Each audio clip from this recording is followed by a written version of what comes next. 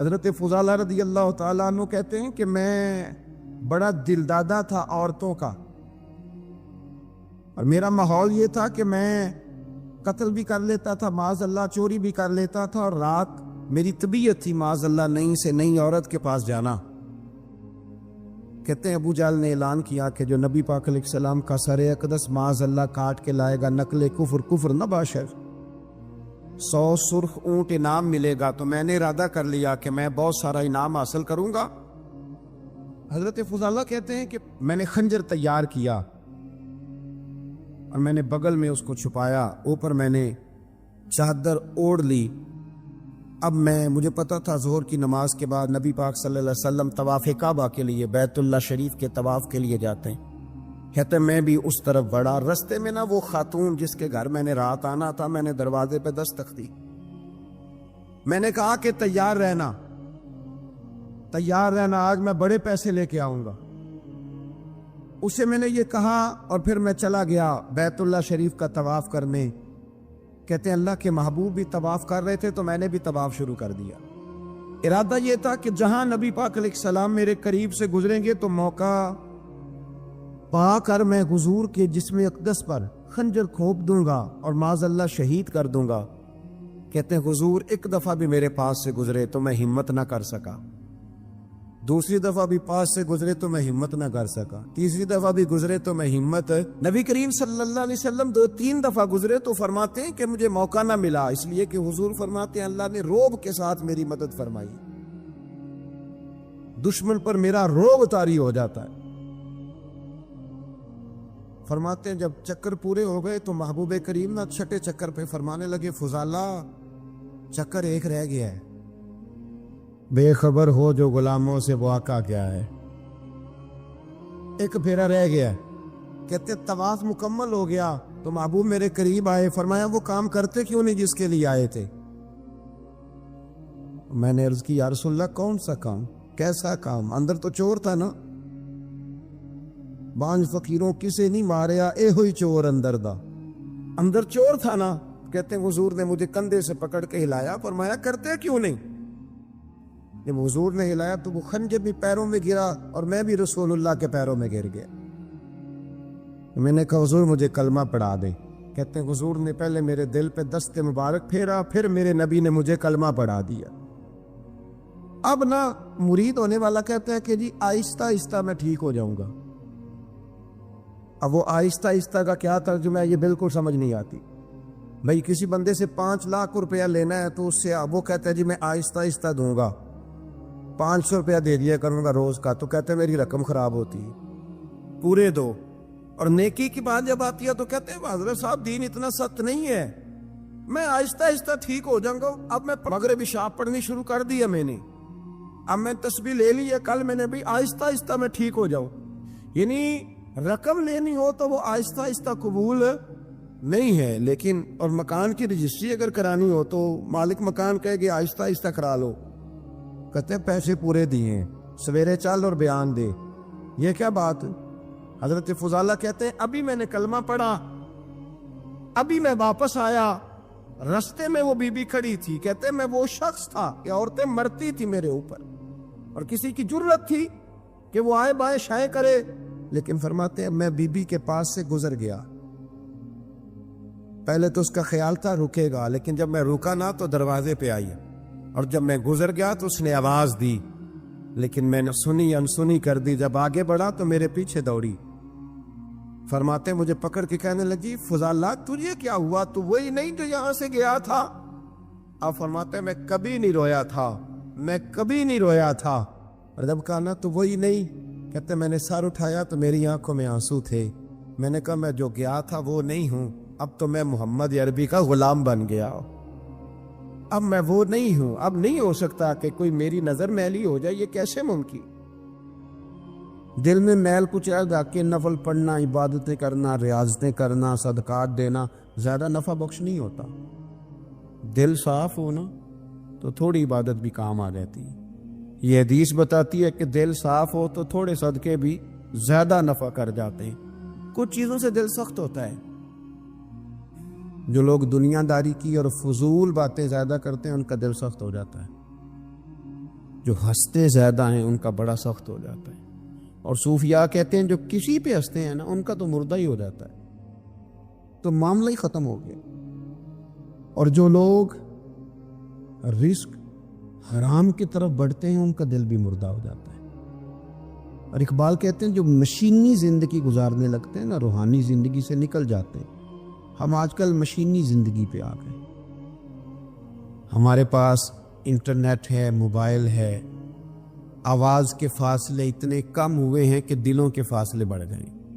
اقبال کہنے لگے دل کے لیے موت ہے، دل کے لیے موت ہے، دل کے لیے موت ہے یہ مشینوں کی حکومت۔ احساس مروت کو کچل دیتے ہیں یہ آلات، آلات پہ زندہ ہیں ہم۔ دل کے لیے موت، اور کسی کے گھر جانا، دروازے پہ دستک دینا، اور کبھی خط لکھنا تو سوچ سوچ کے، کبھی کاٹنا تو پھر لکھنا۔ لفظ یہ اس کے شایان شان نے یہ جملہ میں نے بدل دیا ہے، لیکن اب بے باکانہ گفتگو ہے، تو مجھے وائس کر دے میں تجھے وائس کر دوں گا، حال ہی کوئی نہیں۔ تو کیا کوئی سوچے گا، کیا کوئی لکھے گا، کیا کوئی اس میں خوبصورتی کے رنگ بھرے گا؟ سخت ہو جاتے ہیں دل جب آپ مشینوں کی زندگی میں زندہ رہتے ہیں۔ دل نرم کیسے ہوتے ہیں؟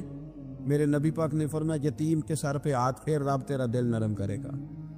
اگر زنگ لگ جائے دل کو تو اللہ کا ذکر کر، قرآن پاک کی تلاوت کر، اللہ تیرے دل کو نرم کر دے گا۔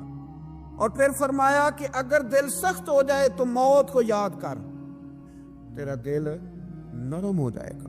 اچھوں کی صحبت اختیار کریں تو دل نرم ہو جاتا ہے۔ قبروں کی زیارت کریں، جائیں کبھی اپنے شہر کے قبرستان میں، غور کریں کہ وہ چودھری صاحب لیٹے ہیں، یہ علامہ صاحب لیٹے ہیں، وہ فلاں بہت بڑے افسر لیٹے ہیں، وہ دیکھو وہ میرا عزیز لیٹا ہے۔ وہ ہارون رشید نے کہا حضرت داؤد تائی سے نصیحت کر دیں، تو فرمانے لگے باپ کدھر ہے تیرا؟ کہا حضور قبرستان میں، اماں قبرستان میں، دادا نانا بڑے بھائی سب قبرستان۔ فرمایا میں کیا نصیحت کروں؟ او پہ دس دیاں نی قبراں جنہاں تے پھول پے، تو ادھروں کوئی بھی نہیں آمدا، تو ادھروں لکھاں گئے، تے سہ جوڑ سنگت دے ڈٹھے، سہ جوڑ 100 سال کی دوستیاں، سہ سال سنگت دے ڈٹھے، او تکو آخر وتھاں پئیاں، اور جنہاں بعد جسی پل نہیں سن لیندے، ایک پل نہیں سن لیندے، پھر وہ شکلاں بھی یاد نہ رہی ہیں۔ سہ جوڑ کا یہ کوئی کم ہے دل کو نرم کرنے کے لیے؟ تیرے پاس موت کا تذکرہ، قبروں کی زیارت کو تھوڑی ہے؟ یہ چیزیں دل نرم کرتی ہیں، یاد نرم کرتی ہیں چیزیں دل۔ پتہ ہے سب سے بڑی بیماری کیا ہے بندے کی؟ خوفناک علامت کیا ہے دل کے بیمار ہونے کی؟ کہ کوئی بندہ بیماری میں ہے اور ادھر ایک بندہ اس کو دیکھ کے خوش ہو رہا ہے، کسی کو زوال آ گیا ہے، کاروبار ڈوب گیا ہے، اور یہ دیکھ کے خوش ہو رہا ہے۔ مر گیا ہے اس کا دل، مردہ ہے، اندر کوئی دل نہیں۔ اب یعنی ایک بندہ رسوا ہو گیا اور یہ خوش ہو رہا ہے، دیکھا میں نے نہیں کہا تھا۔ جب کوئی کسی کی رسوائی، کمزوری اور کسی کے زوال پر راضی ہونے لگے تو پھر سمجھ لے کہ اس کا حال اتنا برا ہو گیا ہے کہ اب یہ اخلاقی طور پر مردہ زندگی گزار۔ ہمارا اب یہ حال ہے کہ ہم لوگوں کے دکھوں پر ہنسنے لگے۔ ہم کسی کے ہاں کوئی شخص تکلیف میں آتا ہے تو ہم اس کو کہکہوں میں اڑاتے ہیں۔ یارو زندہ قومیں یہ کام نہیں کرتی، زندہ قومیں یہ کام نہیں کرتی۔ میرے نبی پاک صلی اللہ علیہ وسلم نے فتح کے موقع پر بھی گردن کو جھکا کے بتایا کہ جب رب عروج دے تو پھر اللہ کی بارگاہ میں جھک جایا کرو۔ کسی شخص کے پتہ ہے، ایک حدیث سنو، یہ مسلم شریف میں موجود ہے، حضور نے فرمایا ایک بندہ گناہ کرتا تھا پھر اس نے توبہ کر لی، اگر کسی نے دوبارہ اسے وہ گناہ یاد کرایا کہ تو یوں ہوتا تھا، اگر کسی نے اسے دوبارہ گناہ یاد کرایا تو یاد کرانے والے کو اللہ سزا کے طور پر مرنے سے پہلے پہلے اس گناہ میں مبتلا کر دے گا۔ خفیہ تدبیر آئے گی اللہ۔ جس کو اللہ نے معاف کر دیا، زمین آسمان بھول گئے، فرشتوں کے دفتر سے اس کا گناہ محو کر دیا گیا، تو نے کیوں یاد رکھا؟ لیکن ہمارے دل اس طرح کے ہیں، خیر کی خبریں نہیں دیتے، ہم خیر کی خبر نہیں دیتے، مثبت بات نہیں کرتے، ہمارے رویے دوسروں کے بارے میں سخت ہیں، یعنی بہو سے داماد سے اختلاف ہو گیا، پھر اس نے معافی مانگ لی، پھر ہم نے معاف کر دیا، پھر 1 سال کے بعد دوبارہ لڑائی ہوئی تو پچھلی بات دوبارہ یاد کرنی چاہیے تھی، اس کی تو معافی دے دی تھی آپ نے، لیکن آپ نے پھر یاد کر لی وہ بات۔ اس کا مطلب ہے آپ نے صلح کی تھی، دل صاف نہیں کیا تھا۔ دل جب آپ صاف کر لے تو پھر معاملہ ختم ہو گیا، پھر آپ پھر نکال پھینکے ساری چیزیں۔ مسند امام احمد بن حنبل میں حدیث ہے، حضرت انس بن مالک رضی اللہ تعالیٰ عنہ کہتے ہیں میں بھی بیٹھا تھا، حضرت عبداللہ ابن عمر رضی اللہ تعالیٰ عنہ بھی حضور کی بارگاہ میں بیٹھے تھے۔ نبی پاک صلی اللہ تعالیٰ علیہ وسلم نے فرمایا ابھی ایک شخص تمہارے پاس آنے والا ہے، تیاری کر لو، آنے والا جنتی ہے۔ کہتے ہیں ایک شخص اندر داخل ہوا تو سادہ سا بندہ، داڑھی سے پانی کے قطرے گر رہے، جوتے ہاتھ میں پکڑے، یہ بغل میں دبائے، وہ آ گیا، حضور سے بات چیت کی، چلا گیا۔ ہم بڑے خوش تھے کہ کمال نہیں ہو گیا، جس کو حضور نے دنیا میں جنت کی بشارت عطا کر دی۔ اگلے دن اس نے اتفاق، ہم اسی جگہ اسی حال میں بیٹھے تھے کہ پھر محبوب نے فرمایا بھی ایک بندہ آنے لگا، جنتی ہے۔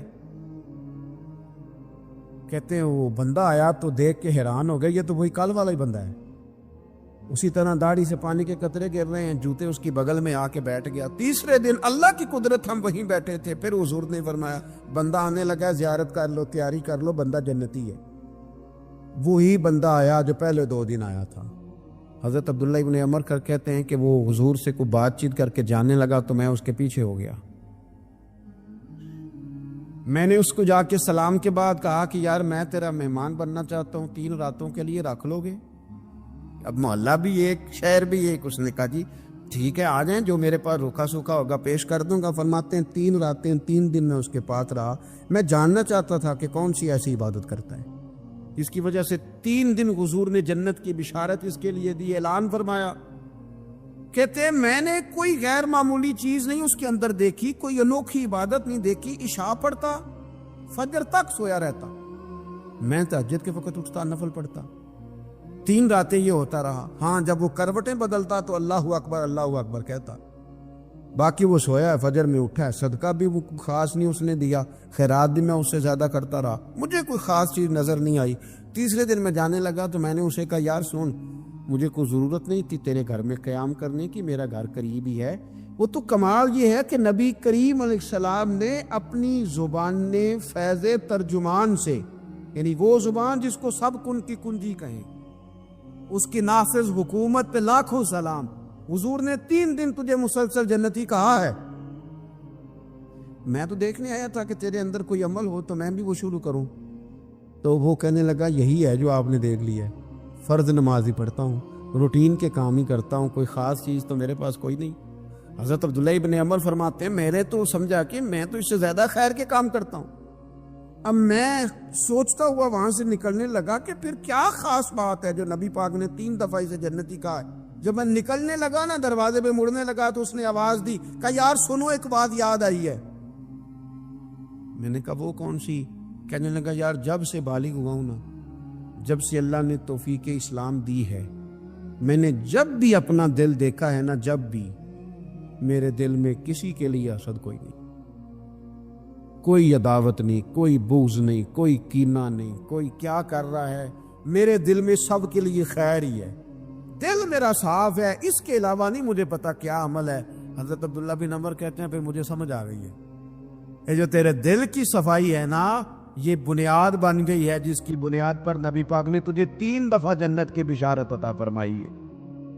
تو امام غزالی رحمۃ اللہ علیہ فرمانے لگے کہ اگر آئینے پہ گرد پڑ جائے تو اس میں عکس صحیح نظر نہیں آتی، آئینے صاف پھر اس پہ عکس نظر آتے۔